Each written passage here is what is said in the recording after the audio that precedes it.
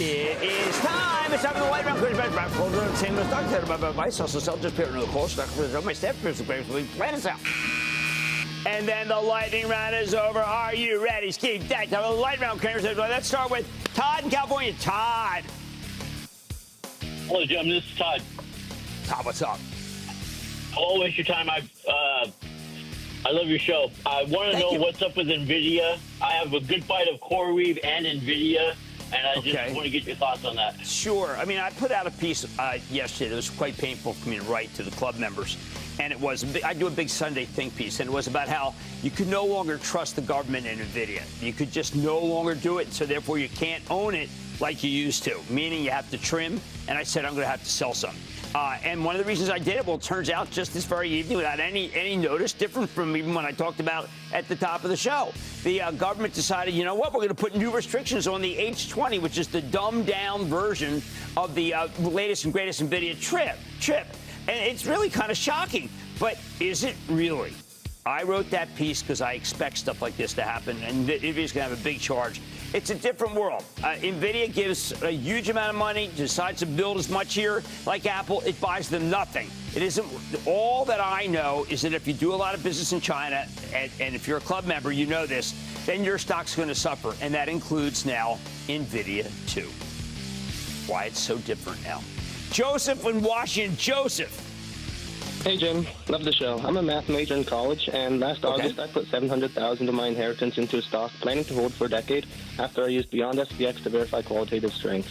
After its Q2 earnings flopped, I took a $250,000 loan to buy more and average down. I still see potential in its domestic manufacturing and AI push. Am I crazy to stay in on Intel?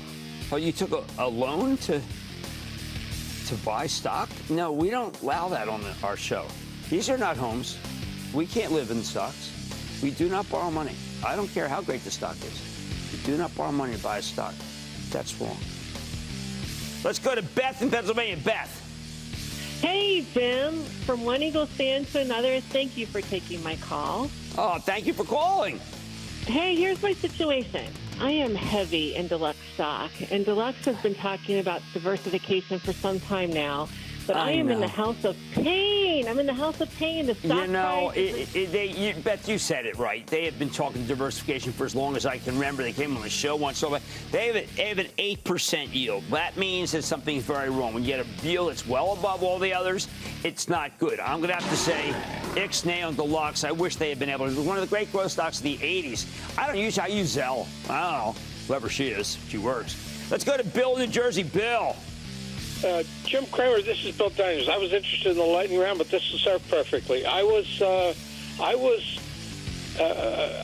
been watching your show since 2014, a lot of times with my dad, whom I was caring for medically, and for about 3 years. He used to watch and ask you what your show was about. I said, well, he's not like the other news commentators. He tries to teach you about buying stock. Thank you. That's my goal, man. I'm just trying to teach. And I just want to let you know that it's been a joy to watch you. And one time you did hit on the stock I'm asking about today. I wanted it on the lightning round, but it doesn't matter.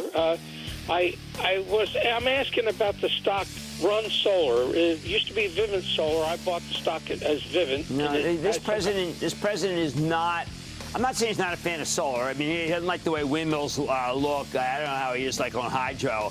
Maybe he's like how he is on like sticks rubbing against each other in Flint. But I will tell you that Sunrun is not in that purview. That's not in that area that's a sweet spot. How about that? It's not a sweet spot. I like that. It's very congenial. Yeah, very congenial.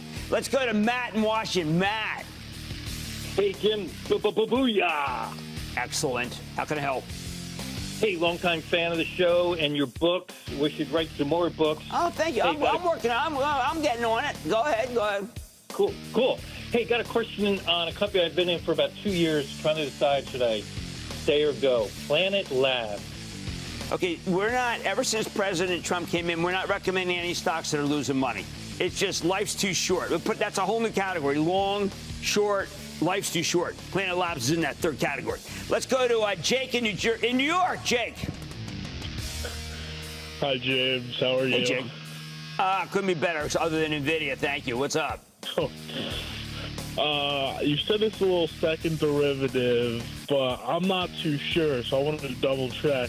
Sure, what why are not? your thoughts on NRG? Very good utility. What can I say? I like it. I mean, it's nice and boring. Boring is very good. Exciting, not so hot. This market's like Pharaoh's Fury, which I once threw up on my daughter. That's a bad thing. She was sitting next to me. It's her fault. Let's go to Mark in Texas. Mark. Mark? That's Pharaoh's Fury. Mark, you there? You know what? I think we should. Mark, how you been? Hey, how you doing? I'm doing well. Thank you for everything. Thank you for everything you do. Long-time listener and been following you for years. I got a question for you. Sure. What do you know about Telefonica SA? Good company. Good company. Used to be bad. But I'm going to give you two for. I like that one. And Banco Santander, by the way, Anna Boutine turned out to be the best bank in the world. Well, she still is, and it's a great stock. And that, ladies and gentlemen, conclusion of the Lightning Round. The Lightning Round is sponsored by Charles Schwab.